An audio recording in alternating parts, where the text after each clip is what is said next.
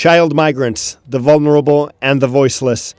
This is the powerful title of the Pope's message ahead of the World Day of Migrants and Refugees, next January 15th. Pope Francis wants to underline the tragedy of forced migration, which affects one particular group more than any other: children and youth. Children, unlike adults, do not have a voice. Children do not have power. How can they fend for themselves?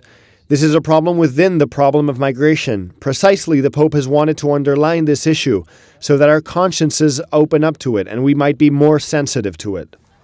The Pope asks that every possible measure to guarantee the protection and safety of child migrants be taken, because they might fall into the hands of sexual or labor exploiters, or even might be recruited as children soldiers.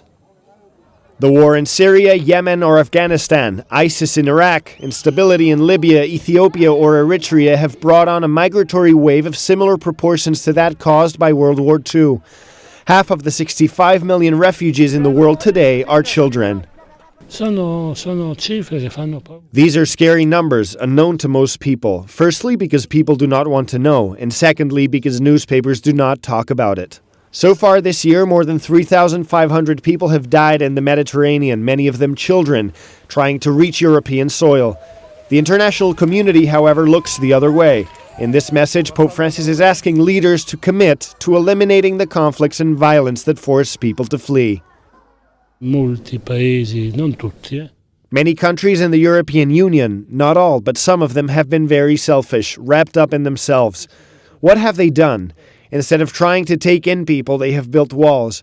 They told refugees, leave. Where, they asked. And the answer has been, I don't know. It is none of my business. This is not how problems are solved. That is why Pope Francis asks countries to favor integration instead of barring the entrance of these children and their families and sending them back to their homes. He reminds people that no one is a stranger in the Christian community because the phenomenon of migration is a part of salvation history.